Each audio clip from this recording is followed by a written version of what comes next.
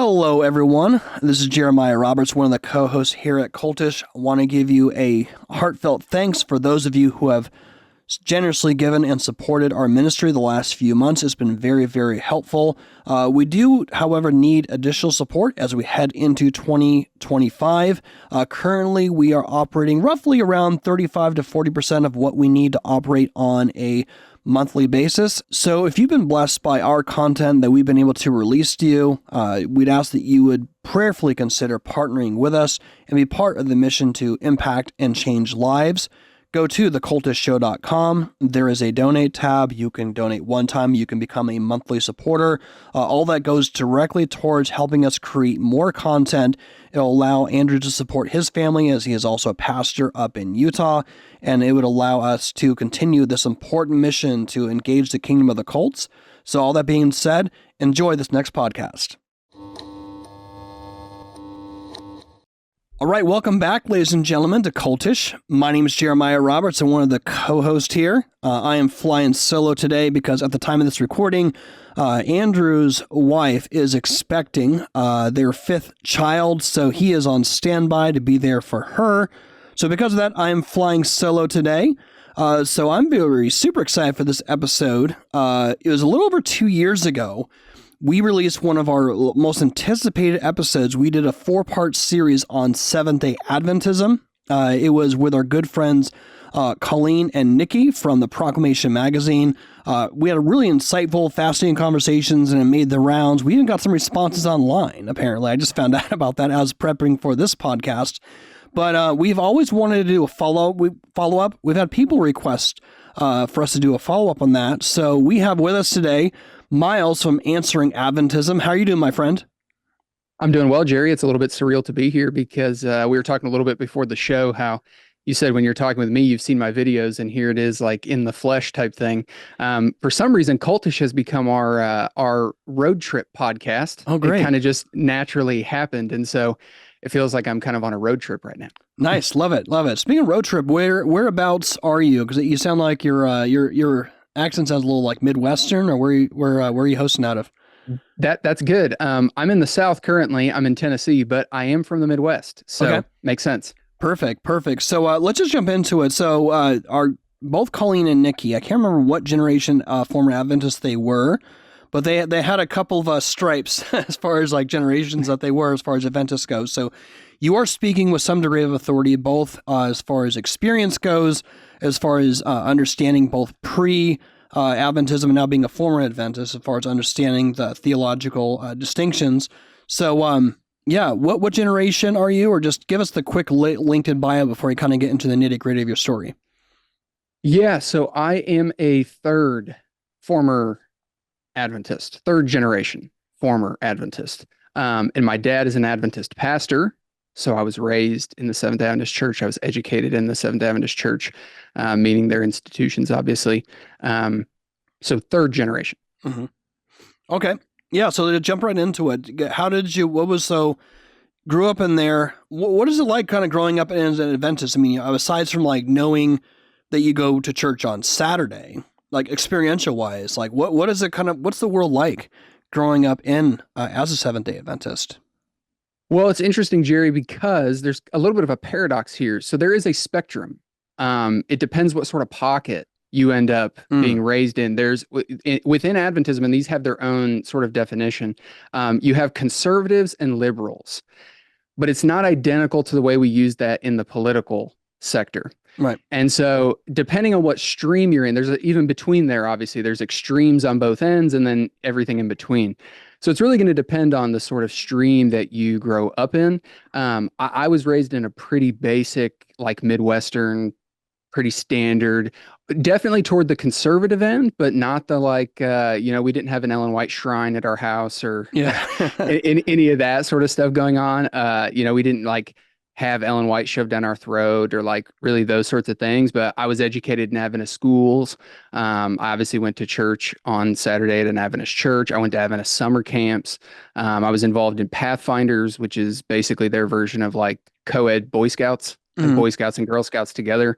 So I was involved in a variety of things, and I was very obviously active within that world. But From my standpoint, it was pretty standard aside from those sorts of things. Now, there's things theologically that obviously come into play, and maybe we'll end up getting into some of that at some point. But for the most part, it's actually pretty standard. I wouldn't say that from the outside looking in, there'd be any like serious red flags, because on my platform, I've talked about how I think Adventism is a cult, and that word is very triggering. We're here on cultish, Right. and so you're very familiar with that. But I would classify it as that, but it's not going to be in your pop culture sense. It's not going to be in your really extreme Jim Jones sense.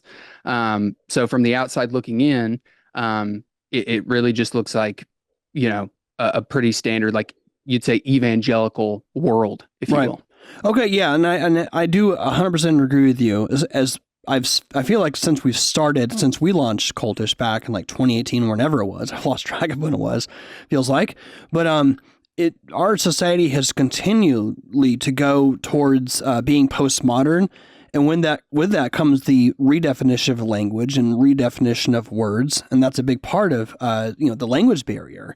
But words a lot of times seems to not necessarily have like a full inherent meaning, but they're more an outpouring of how you feel. Like how you feel about something is the ultimate authority of as far as how something is defined.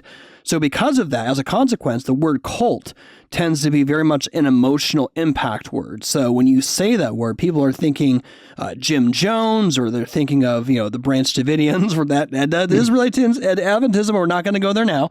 Like people think of these extreme examples that you see on the Life magazines. When you go through the shopping aisle, every couple months there's some sort of Time magazine or Life magazine on cults, and you'll see Marshall Applewhite from Heaven's Gate. You think of the most extreme examples. So when someone is just going about their day in your background that says you're a cult, of course that can be very defensive. People can be defensive about that, but there is a true definition behind that. So so like I'll just say one last thing and throw it back to you, is that one of the things that Walter Martin classically talked about when it comes to defining terms, there is a language barrier. So his definition of a cult was a group polarized around an organization or individual, while they adhere to Christian terminology, they fundamentally believe different things when it comes to those words, namely that Jesus Christ is not the eternal God come in human flesh. So it's really a theological distinction. So if we're saying that, it's primarily a theological assertion. This isn't saying that someone's going to go out in the jungle and poison little children. That's the primary definition of where we're coming from as we kind of go into this conversation. Yeah, the classical Christian usage of that phrase, which is exactly what you described. We would classify Mormons in that camp, Jehovah's Witnesses in that camp, et cetera. They're claiming to be Christian. They're using words like atonement, gospel, Jesus, but they mean fundamentally different things than Christians have historically, and I would argue biblically mean. Okay. So, so tell us some more just about your background growing up. So pretty much you just sort of took everything at face value.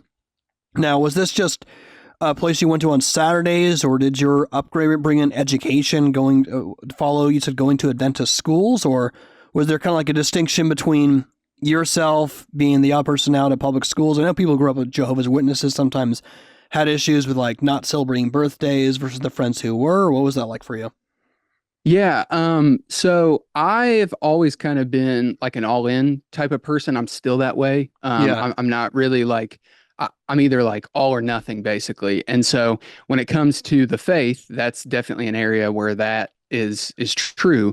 And I can even recall from a very early age thinking things, 8, 9 years old, where I'm really wrestling with things, maybe at a remedial level due to my level of development, but I'm wrestling with concepts like existence as like an 8-year-old, as a 9-year-old, right. Alone thinking, which is kind of how I still am to this day. I'm always kind of thinking a little deep sometimes, that sometimes I kind of sink, if you will. And so I've always been that way. And so that translated over into my experience in Adventism, obviously. Right. And there was kind of a trajectory there. So early on, as much as a youth could, I took it as serious as I could, and I did genuinely believe it. Typically, when a child gets to their teen years, their young adult years, et cetera, is where you really begin to start to wrestle kind of with why do I believe these things, or you have that level of development mentally that leads to you wrestling with your beliefs a lot more. And so when I was going through that phase, I was still a Seventh-day Adventist, Mm, and then I eventually got pretty nominal with it, and I think a lot of that was due to the theology itself. It's kind of hallmarked by producing fatigue. mm. It's kind of hard coded into the movement, with it being a sort of imminent return doomsday group. There's definitely a lot of burnout and fatigue, because the second coming in Adventism, while that is one of the things they're often known for with Millerism and the imminent return and repopularizing that in a very post-millennial day and age, Yeah. what a lot of people do not understand is that the second coming in Adventist theology is not really a comforting teaching. It's really a get ready, get ready, get ready. You have a lot to do. You have a lot to do. You have a lot to do. There's a lot of law, Mm, law, and they don't make a law gospel distinction. And so it produces a lot of fatigue within people. And so I think I got impacted by that eventually. And I got pretty nominal. Now by nominal, I don't mean that I like went and painted the town red or like those sorts of things. right. But I just started to get a little bit less enthusiastic, if you will, Mm. and kind of just became a little bit more just kind of maybe going through the motions some. Okay. And so that eventually led to me into my young adult years. And in my young adult years, I would have still called myself a Christian. I would have still called myself an Adventist, etc. But I wouldn't have really been able to articulate that well enough, because I wasn't spending enough time in that area to really be able to comfortably get into it. It'd be like asking somebody who isn't really into politics at all, but maybe has a private opinion, asking them to get Yeah. into like really personal discussion. They're not going to be comfortable doing it. And so since I wasn't spending a ton of time in that area, I would have still said I was a Christian, I was an Hmm. Adventist, but I didn't really understand the gospel. I didn't really understand what that meant practically speaking. Hmm. And so I eventually then got exposed, though, to Eastern religions for the first time as a young adult. And so you've had Stephen Bancar's on here. I was Yeah. actually into Stephen Bancar's prior to his conversion to Christ, and his website. Mm. And so I was very familiar with him Oh, prior wow. to his Spirit, science, and conversion. metaphysics. Yeah, correct. And so I, Back in I the ended day. up getting I ended up getting sucked into that. While at the same time, I still would have said I'm a Christian, these sorts of things, Yeah. because there's a lot of that sort of pluralism in that world. Hmm. And so I did that for a season and fell into that. And it was actually out of that I had a pretty radical conversion. And so I don't know if you want me to go into that. I'd be happy to go Yeah. into that story a Yeah. little bit more. Yeah. I had one quick clarifying question regarding eschatology, end times, and it being a burden, or as you call it, a weight. Thinking in comparison, and again, I'm a little bit rusty as far as, it's been 2 years since we had the conversation with Colleen and Nikki talking about Ellen G. White and the Great Disappointment. She definitely had a lot of assertive end times visions in which she really encapsulated her followers to really kind of see her as a definitive source of truth. But I'm thinking in comparison to someone like Jehovah's Witnesses, they have the Awake magazine, and there's Mhm. always pictures of meteors like coming down and fireballs here and there, and just all this really apocalyptic ideas to kind of really have that assertion that it's doomsday is coming, like be prepared. And for a lot of people who are Jehovah's Witnesses, for example, that's also a burdening for them, like just being terrified all the time that they're not going to be one of the 144,000. So where I'm going with this is that when it comes to just how eschatology is asserted, would they look at events, say, like, if you remember 2020, which feels like hard to believe that was half a decade ago, but when you have, the China virus, and we're not banned by YouTube, thankfully, anymore by saying that, but and whatever is going on, like in March of 2020, and like in all the craziness of the entirety of that year, is that something? I know Jehovah's Witnesses were having a field day. Like, this is just a content field for our magazines. But when it comes to Seventh-day Adventism, is that the same case when they look at modern events, or what is that like? Does that kind of play into that equation? Oh yeah, I've done a number of pieces of content and will continue to, especially now that 2025 is here, because the newest one is Project 2025. Yeah. But oh yeah, I use the term like newspaper theology. Right. That there's a lot of like scouring the headlines to then plug in your prophetic interpretations and try and, like this pastor we just listened to recently, where he's going on about Donald Trump potentially being the Antichrist, and Right. Project 2025 is going to bring the Sunday law and all these sorts of things. He uses Daniel 11 in that presentation, for example, to say this is where we're at because they're historicists. Yeah. So they're constantly looking for like historical events to plug into sort of like prophetic fulfillment, if you will. Mm. So oh yeah, that absolutely happens. The same thing with the art, which we're not going to sidetrack obviously into Jehovah's Witnesses today, but the witnesses, the millennial dawnists, they also came out of the Millerite movement. So they're kissing cousins with SDAs, and so in a lot of those areas they're very similar. They do celebrate holidays and birthdays though. Okay. No, I appreciate you clarifying that. Yeah, jump into kind of, you said you had a conversion that was like dramatic. So bring us into that, because I want people to. We are going to get into the theological distinctions, expanding upon our initial conversation with Colleen and of Colleen and Nikki. But yeah, I want to hear just kind of more about where your conversion took place and how that got to what you're doing today with Answering Adventism.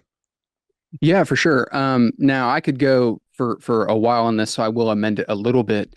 But I ended up, so I was educated in Adventist institutions except for high school, and then a little bit of college. I ended up transferring to an Adventist college. But my conversion happened at a public university during that period of my life prior to going to an Adventist university. So when high school came around, I was a track runner. So I was actually on a track scholarship to a state university. And so I took that opportunity, and that was where I was introduced actually through some friends there to Eastern religions and became really enticed by those. But it was during this period that a friend of mine who was on the basketball team actually at the university, pretty normal for athletes and college athletes to spend a lot of time together cross sports because you tend to have very packed schedules, et cetera. And so he said, hey, you want to go get dinner after practice or what have you? We shared the weight room together actually with their team. And I said, yeah, let's do it. Nothing out of the ordinary. And so we went to eat in the cafeteria, and in the middle of the discussion, he asked if he could share the gospel with me, kind of just on a whim, which caught me off guard. And, we were just talking about if you're not really comfortable spending a lot of time talking about spiritual matters, it's like spiritual matters and politics, the two things that, you bring up on the fly. And if somebody's not comfortable around them, it can be, ooh. Well, it was kind of in that realm for me religiously. And so I just, I kind of told him, I said, oh, I know the gospel, et cetera. And it was kind of my response to just keep the conversation moving along, to which he actually asked, and this is the $1 million question, Jerry. He asked, oh, interesting. Can you share the gospel with me? Which was profound. Wow. Because it put me on the spot. And so I proceeded to go into this convoluted mess of the Adventist worldview. And at about 10 minutes in of me kind of like fumbling around and really just like doing what I do see a lot of Adventists doing, which is kind of just regurgitating what it is they've heard, the talking points, et cetera. He actually stopped me and he said, hey, would it be cool if I just shared something a lot simpler with you? And so he pulled his Bible out of his backpack and he gave me a very simple gospel presentation. And while I was not converted there on that spot, or I don't believe it was there on that spot, God gave the increase to that seed, because that stuck with me because I had not heard that before. And when I say I hadn't heard that before, Jerry, I'd heard all these Bible verses before. Yeah, I knew about the cross of Jesus. I knew the gospel, I thought. I knew these words, but I didn't actually understand what the words were saying, what was actually being said. And this friend was able to explain these to me as the Bible is actually meaning them, which conveyed a totally different message and a totally different understanding. And when that happened, again, being a very introspective person, I noodled on that for a long time. That stuck with me. It bothered me because it was one of those situations where I was really uncomfortable in conversation, and then you don't want to talk to anybody for like 2 days afterward because it was one of those type things. And so it really, really stuck with me. And then if we fast forward a little bit of time, I'll skip over some of the details. It was about a year later from that that I ended up getting into a really dark phase for a variety of reasons, some depression involved, those sorts of things, and drugs as well. So I got into drugs for a pretty mild stint of time. It wasn't like years and years and years, but it was like an 8 month stint or so. Some of that being paired with, and when you had Stephen on, you guys talked about this a little bit, the use of drugs and the sort of new age practices and Yeah. those types of things. Um, but it was through all of that that I had just a very profound realization one night. I was with some friends, and it really hit me that my parents had told me years and years and years and years, if you end up going down this path, this is what your life will look like. Mm. And I had one of these like inception type moments, if Hmm. you will, Yeah. there on the spot where I almost had like a flashback over my life leading to that present moment where I realized what they said was true. Like, look, I'm now living what they were saying. This is what happens if you do this. And then here I am, which was very profound. And it led me to, ironically, the Bible. Hmm. This realization, Jerry, because what came over me was the realization for some reason that the way I was living was wrong. It wasn't okay. And if I kept going down that road, there was going to be severe consequences. And I had like I said, it got like an inception type moment of just really getting hit with this reality, which led me to a Bible because I was somewhat nomadic at the time. So, like I said, I skipped over some details, but all I had at the time to my name really was a backpack of stuff. And in one of the pockets of that backpack was a Bible that was gifted to me by my dad when I was a teenager. And I just felt bad ever throwing it away. I threw a lot of my stuff away. I was Mm. moving around. I was living with various people, but I couldn't bring myself to throw this Bible away. It's a little, I still have it. It's a leather bound or faux leather bound uh, King James Bible with a rocket ship etched onto the front of it. Mhm. And for some reason in that moment, Jerry, I felt compelled to go grab that Bible when I felt convicted. And so I did, and I dismissed myself from the room, and I went to a side room in the house that I was staying at, and I just opened it up, which looking back now, I know that God doesn't tell us to like do these sorts of things, but this is what I did. You know, I'm just being honest. I just cracked it open, and I was like, wherever I open it, God has something to say to me right Mhm. now. Yeah. And so I did, and it just opened to Isaiah 53, Mm. which I read, which took me back to the discussion with my friend, which led to a very profound, and I get emotional talking about it. Um, just a real profound um, gospel hitting the heart beyond the ears, Yeah. if you will. No, I can tell this is striking a chord, and I really appreciate you sharing, being vulnerable here, man. Like, so you think about like Acts 17, you know, when Paul's like talking at Mars Hill, like, and he's talking about how God has placed Himself now in such a way where people will be able to like reach and find out and find Him, and perhaps seek out for Him, perhaps even find Him, though He's not far from each one of us. Like, with what you're describing and the emotion that conjured up, like, would that verse sort of sum that up for you as well too?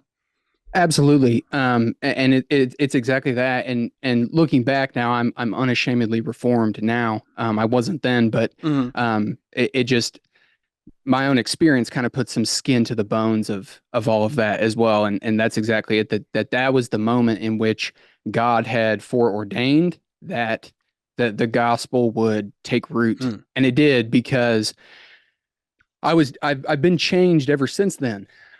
Something happened there where there was a lot of reconciliation in my life that Mm-hmm. came from that moment through my relationship with my family, with friends, etc.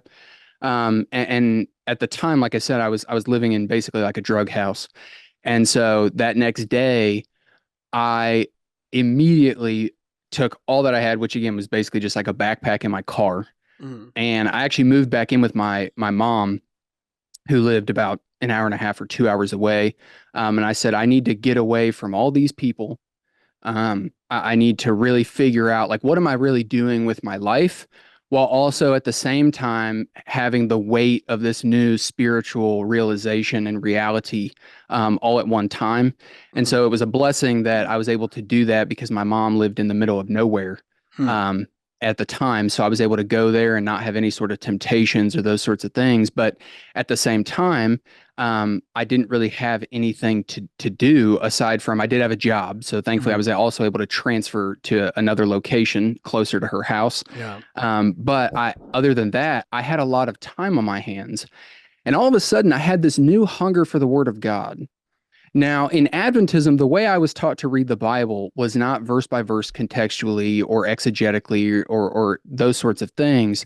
It was typically accompanied by a lot of devotionals or Ellen White or the Sabbath School Quarterly or those sorts of things that are kind of doing some hand holding. And so when I say I had a new hunger for the Word of God, it's not that I didn't read the Bible prior or think that reading the Bible was important prior. Mhm. This was different, though. This was a hunger that, I mean, like I said, Jerry, I had virtually nothing to do. I read through the Bible in like 3 weeks.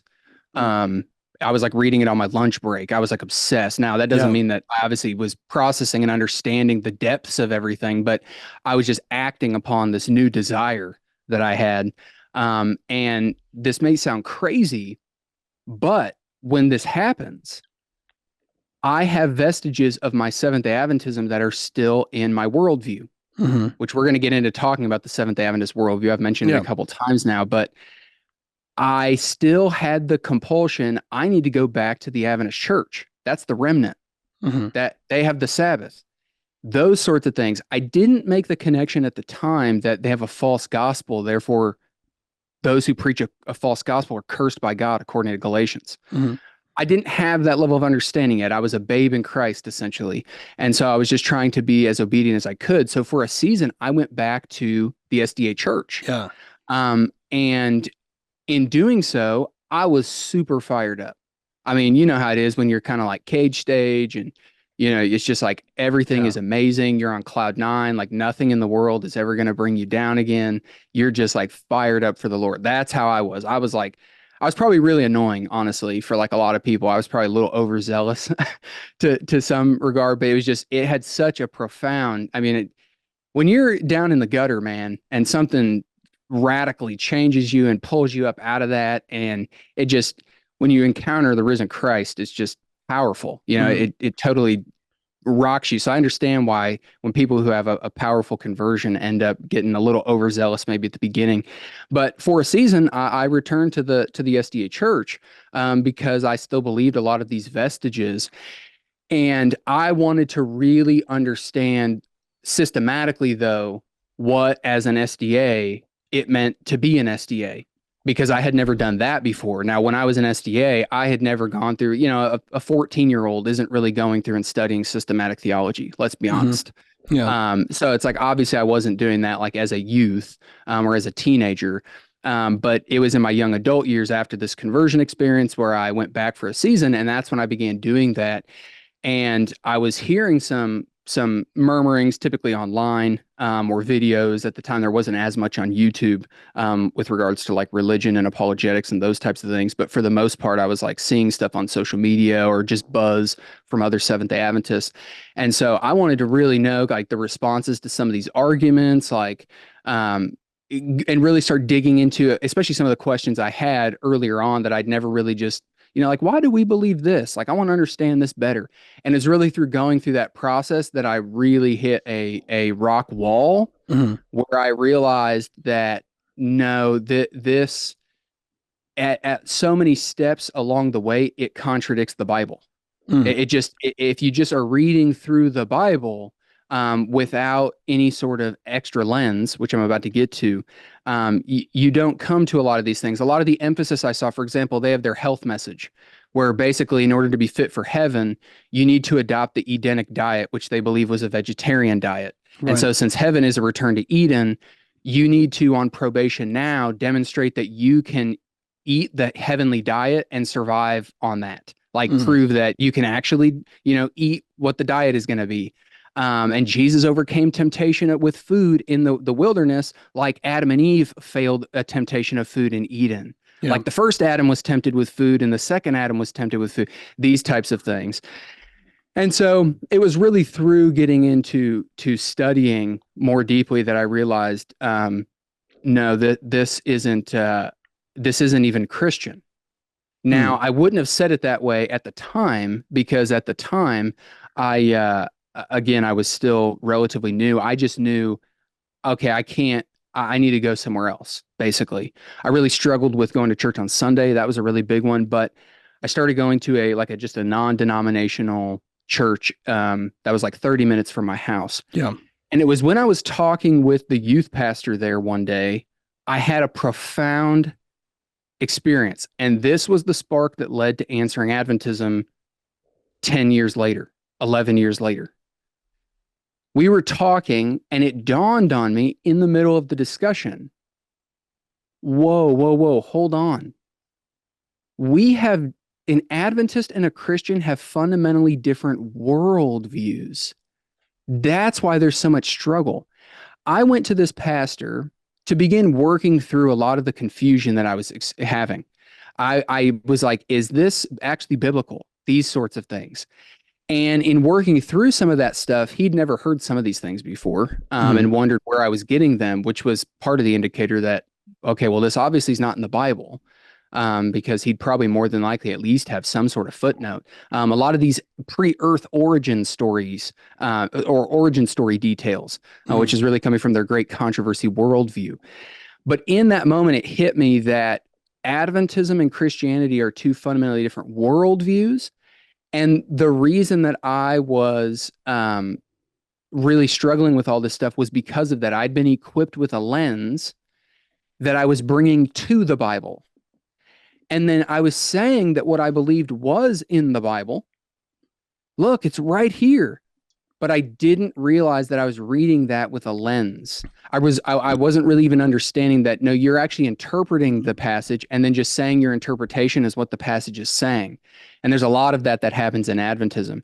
But when that happened, I realized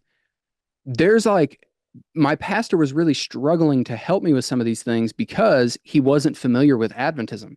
He didn't understand the dictionary. He didn't understand the language, the worldview. He hadn't come from that world.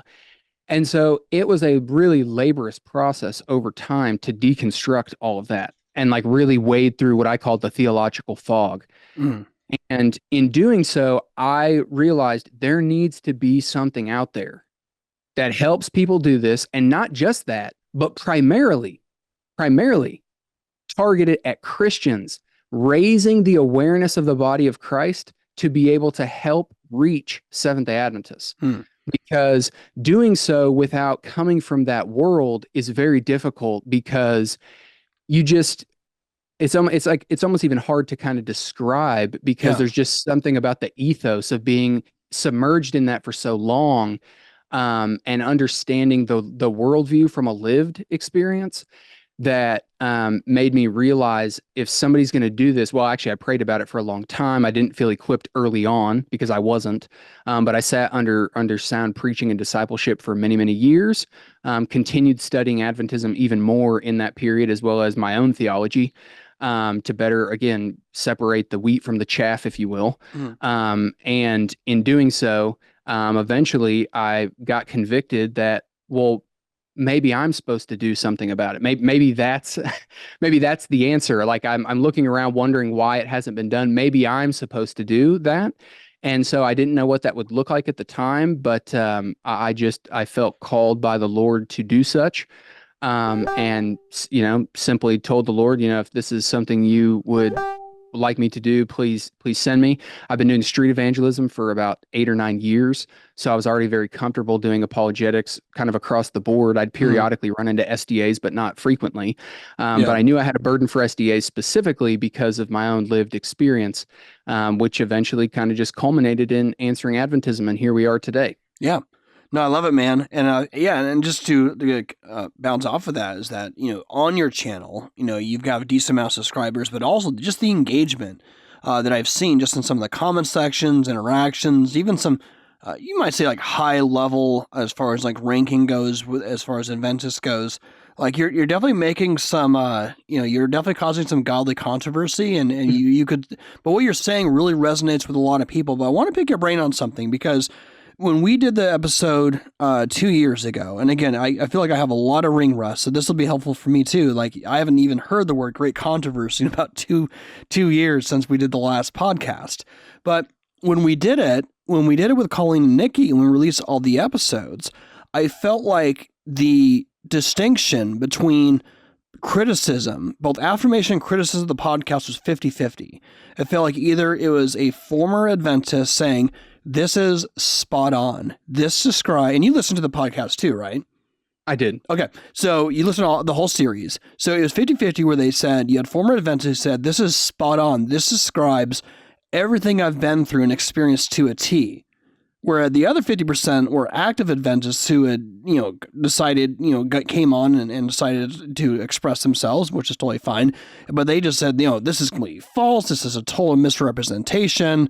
Colleen and Nikki, they're just really bitter because of their experience. And so but it was like split right down the middle, like 50-50. And so I'm thinking, like, did I get this half correct, or why is this even distinction? So what are your thoughts on that? Like, why do you think there was such an even split as far as that's concerned, from your perspective? Well, I think that Adventism is very polarizing. It just is, and so there's kind of a history there around dissenters of the movement, and this kind of also speaks into why I started Answering Adventism and why I take the approach that I do. So I'm pretty bare knuckle. I'm very direct. I communicate the way that I would like things communicated to me, coming from a street evangelism background as well. Anyone that's been out doing that just understands that shapes the way you engage. It Yep. shapes your tone, your delivery. So I don't really hold back the punches, because I think we should really be honest about those sorts of things. Now, when it comes to Adventists who are going to say, the standard lines of, that's out of context, you don't know what you're talking about, you have to realize that this has been the standard MO from the beginning. From the very initial defectors of the movement, that's always been the narrative. And whether Adventists understand this or not, regardless of where they're at on the spectrum, they have been influenced by the sort of defenses that the movement, the leadership, has given them. And so the leadership has taken this sort of approach of, well, don't listen to them. They don't know what they're talking about. They're angry. They're bitter. Right. So that's the sort of thing that trickles down, and you get a lot of groupthink. You get a lot of SDAs who that they're just going to toe the party line, because, in my opinion, Adventism is unique in that when you talk about Adventism, Adventists identify with that phrase. Like, they don't distinguish. So, for example, I'm a Calvinist. I'm Reformed. But if somebody critiques Reformed theology, which there's a lot of out there, obviously, Yeah. I don't take that personally, like I'm being personally attacked. I say, okay, and I engage with like the criticisms or whatever. But it's not really that way with Adventists. If you critique Adventism, they see that as a personal attack, because their identity is so wrapped up in the tism, the Adventism. They don't really distinguish between like the belief system, the organization, and the beliefs, and the individual people. And so they take it personal when you criticize what Adventism is, and they don't like having the spotlight brought out on that. But you also have to stop and think that the people you're talking about here, are the people I'm referencing, Nikki and Colleen, were not just side, oh, I was an Adventist for like 3 years. I was a convert for a short period of time. Right. They were not these types of people. These were individuals that, while they may not have held like formal positions at the corporate level, they were seriously involved in the movement. They were not nominal. They were serious believers. People like Dale Ratzlaff, which is who founded Former Adventist Fellowship. He was a pastor. He was a university professor. Yet these same charges are always brought against all people, regardless of where you're at on the spectrum, whether you're a laity that left or a conference president that left. Mhm. It's always, you don't know what we teach and believe. Well, that just says more about you as a movement then. Why do all the teachers that have left that are saying all these same things, why are they all saying the same thing? And you're saying, no, that isn't what we teach. They don't understand what we believe. Well, then they weren't taught very well in your organization. So at the end of the day, I think it's just a lot of, they take a lot of it personal, and they don't like the spotlight being brought out. And there's also a lot of groupthink in the sense that there's these arguments that have kind of always been around, or not really even arguments, more just assertions Right. that have been around for a really long time. And whether they know it or not, they've kind of inherited those. And so they'll comment on this as well, and they'll say that same thing. They'll say he's a Right. bitter, angry critic. He doesn't know what we teach. He doesn't know what we believe, et cetera. But Yeah. Yeah. No. all the evidence is out there for people to examine for themselves. Yeah. I mean, I would reciprocate that just in the sense that I've seen that as far as some of the criticisms that we just really don't understand what they believe. In fact, the podcast that I found online that apparently is one of your former professors that's part of that podcast. That's correct. Yes, I forget the name of it, but it was they did a 3-parter responding and critiquing the initial series we did, and they played some clips on Colleen with some of the assertions that she made. And it was the same thing. Like I was generally curious to see like what they had to say. They seemed like very kind and genuine, sincere people. Somebody, if they come up to me, I'd love to have a conversation with them. But I feel like I spent the entire podcast waiting to get clarity on the assertions that what we were saying and what Colleen and Nikki were saying were false. And I feel like I spent the entire time waiting all 3 parts. So I definitely could reciprocate with that. But jumping into the theology, this is going to be the real focal point of it. We did have a part in our series earlier. You can listen back to our original series if you're brand new to the podcast with Colleen and Nikki, where we talked about Ellen G. White and the Millerites and just sort of the very beginning, early origin stories of it. But the second part, we kind of really got into, we started to barely introduce the theology by way of Walter Martin and his relationship with the Seventh-day Adventists and the reason why they are in an appendix versus in a definitive category. Again, that was our second part of the series, is Seventh-day Adventism a cult? But we're going to be focusing in on the distinction. So help me out, Myles. What do you think is the best starting point? You mentioned the great controversy worldview. I remember that being a giant focal point that Colleen and Nikki brought up quite a bit. Would that be the good starting point, or what should be step one if we're going to do an inception level and start spinning our thimbles and go to the first layer per se? Where's the best starting point? Yeah, so I have a video on our channel. For those that don't know, we have a website, answeringadventism.com, as well as a YouTube channel, and all of our videos are on both platforms. But our website also has a number of articles that correspond to the videos, so we have both written and visual formats. We have a video on our platform called "One Thing All Christians Need to Know About Seventh-day Adventism," and it's about exactly that, the great controversy worldview. When I had this realization that is what makes me different than Christians, a lot of the puzzle pieces came together and a lot more things made sense about why I was so confused. And that's what's going to end up happening if you try to engage with the Seventh-day Adventist and you don't understand the great controversy worldview. So yeah, you kind of have to start there, because when people hear great controversy, there's a paper here, Ministry Magazine, December 2000. Every time I cite this, I get inevitably a lot of Adventists that say, that's Dr. Douglas's own opinion, or these sorts of things. No, folks, this is an official publishing arm of the Seventh-day Adventist Church. Dr. Douglas was not a nobody. Dr. Douglas was a systematic theologian, a professor, someone who really understood Seventh-day Adventism at a systematic level. And in that article, he's explaining what the great controversy theme is. And the reason it's important, Jerry, is because at the beginning of the article, he says, some may think of the great controversy between Christ and Satan, the 5th book in the Conflict of the Ages series, which is Ellen White's big 5 books. Others may think of Jeremiah's announcement that the Lord has a controversy with the nations in Jeremiah 25, a theme that H.L. Hastings in 1858 emphasized in his book, The Great Controversy Between God and Man, Its Origin, Progress, and End. The great controversy theme is more than an historical survey of the battle between Christ and Satan as traced through the events of secular and biblical history, more than an overview of the cosmic conflict as unfolded in certain biblical passages, such as Revelation 12, more than an awareness of that struggle within our own lives. For Seventh-day Adventists, the great controversy theme is the core concept that brings coherence to all biblical subjects. Every philosophical or theological system builds on a central governing theme or paradigm. Its central theme becomes that system's core truth and determines all of that system's principles and policies.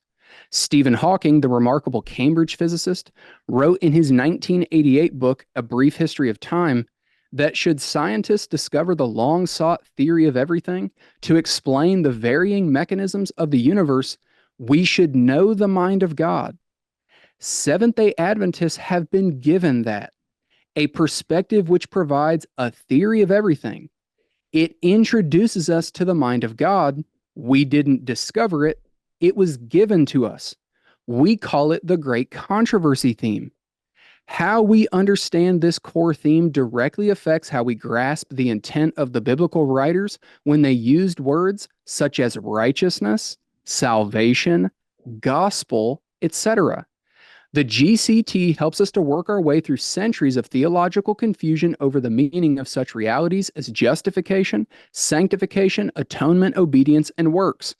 Without the Great Controversy theme, all would remain divided over such subjects as the importance of the Old Testament sanctuary service and the New Testament view of Christ as our high priest mediator, aka the investigative judgment, the meaning of faith and grace, the place of obedience in relation to legalism, why Jesus came the first time, why he came the way he did, and when he will return.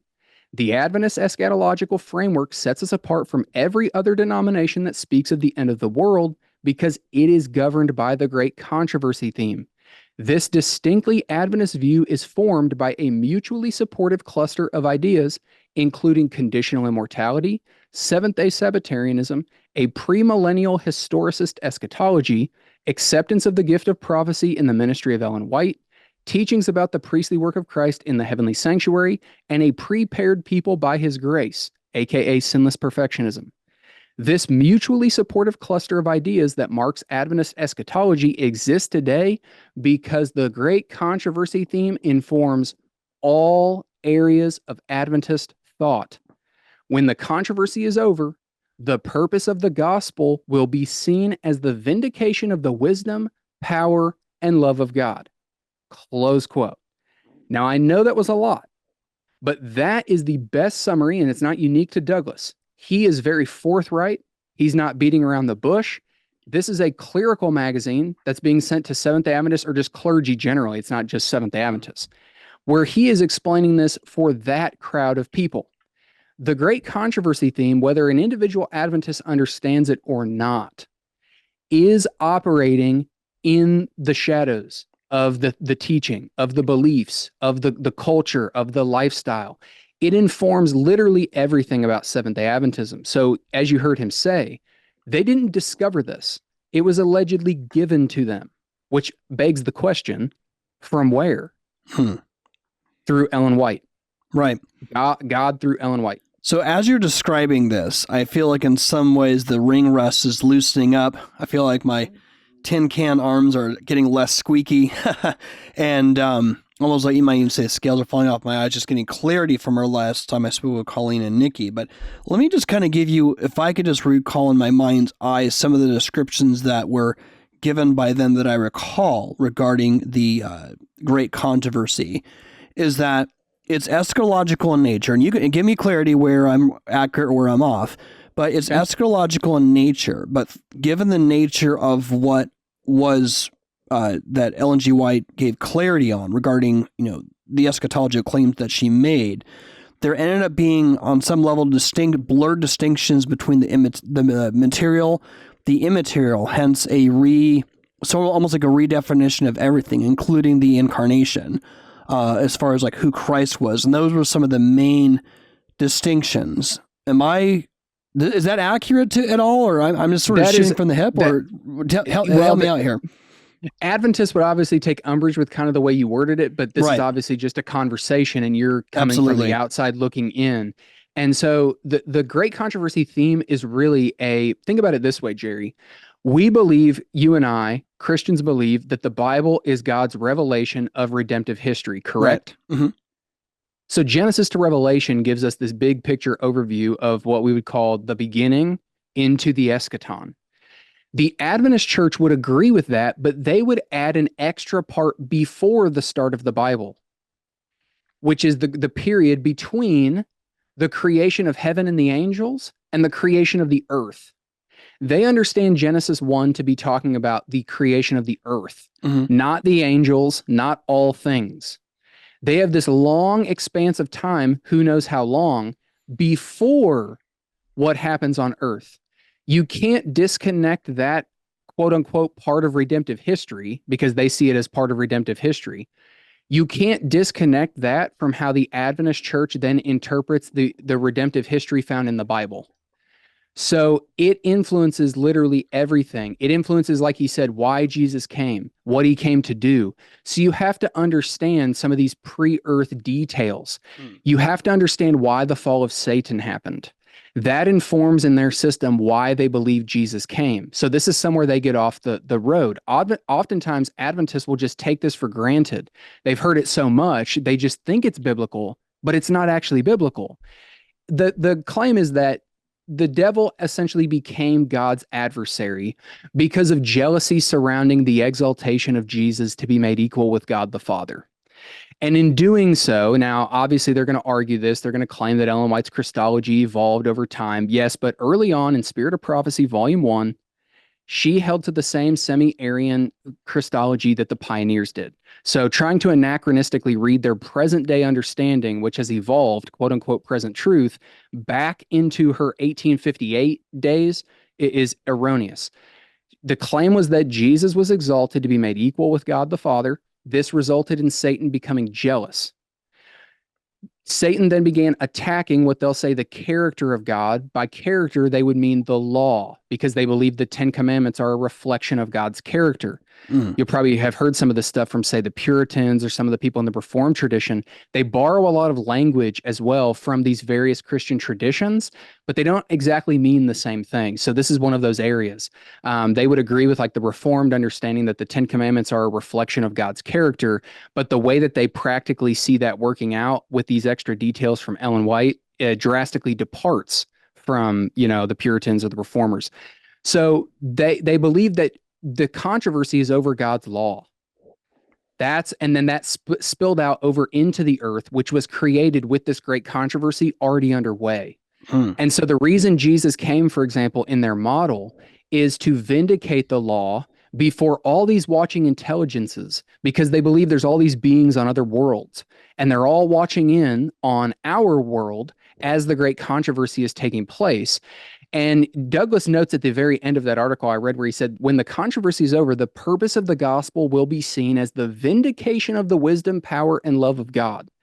The central core understanding at the helm of this worldview is the idea that God is on trial because of these accusations from Satan. And so he's having to vindicate his character from those accusations, and he's chosen to do so through a variety of means, which this would get into their sanctuary model, which is also part of the worldview. We don't have time to get into that now. Yeah. But it really, you have to understand these details to understand where they go off the rails, because like I said, they claim that Jesus came to the earth to vindicate the law of God before all watching intelligences, the angels, humans, all watching intelligences, to demonstrate that Satan is a liar, because Satan claimed in this controversy that the law of God needed changed, and that it was unfair, and that angels don't need a law, and these sorts of things. So war broke out in heaven, and a third of the angels fought Jesus and his angels, and they lost, and essentially the controversy spread out to the earth. But mankind was created with this controversy already underway as a means of God's character being vindicated. Man being put on probation was supposed to be a testing ground to see if Satan's accusations were correct for all these other watching intelligences looking in. So if you don't understand like that backstory information, you're not going to understand why they come to the conclusions that they do about things that they read in the Bible. Okay, well, let me ask you this as we're kind of wrapping up this is going to be the first part of an extended series, and we're going to be going helms deep into the theological distinctions. So that it's so eye-opening that it's really almost this real prequel gap between Genesis and when the angels fell from heaven. But just understanding how Adventists think and how in the worldview, as you mentioned, the Adventist worldview, it was the great controversy worldview, when they look at a verse like 1 Peter, where it mentions like 1 Peter 1:12, when it talks about, it says, those who preach the good news to you by the Holy Spirit sent from heaven, things in which the angels long to look.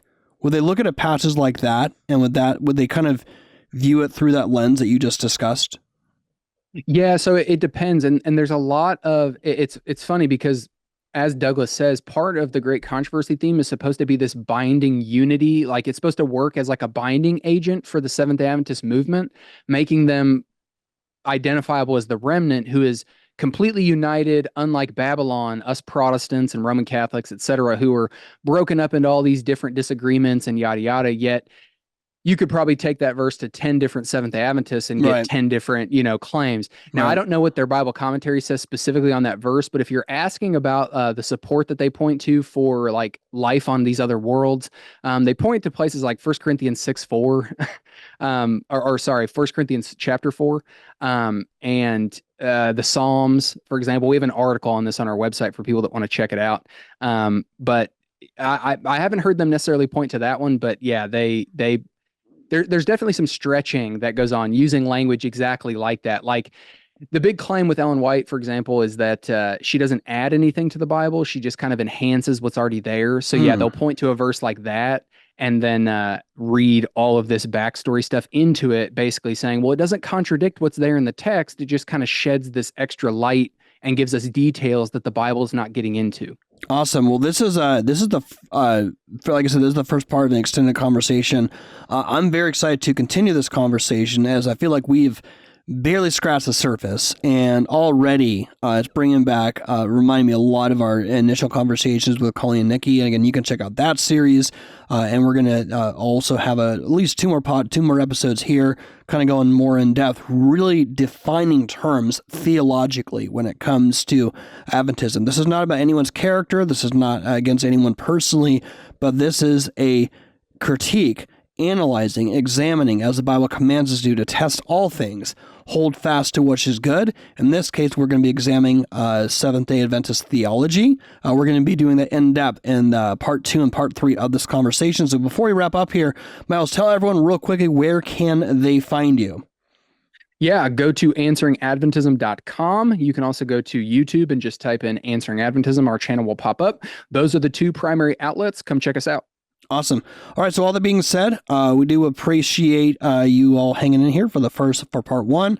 As a reminder, our ministry is 100% crowdfunded by listeners like you, so we could have this content out for people to enjoy and to consume. So if you have been blessed by this content and you want to consider supporting Cultish, you can do so by going to thecultishshow.com. You can partner with us where you can be part of the mission to change lives, and we hope that you would consider that. All that being said, we will talk to you all next time on Cultish, where we enter into the kingdom of the cults. Talk to you guys soon.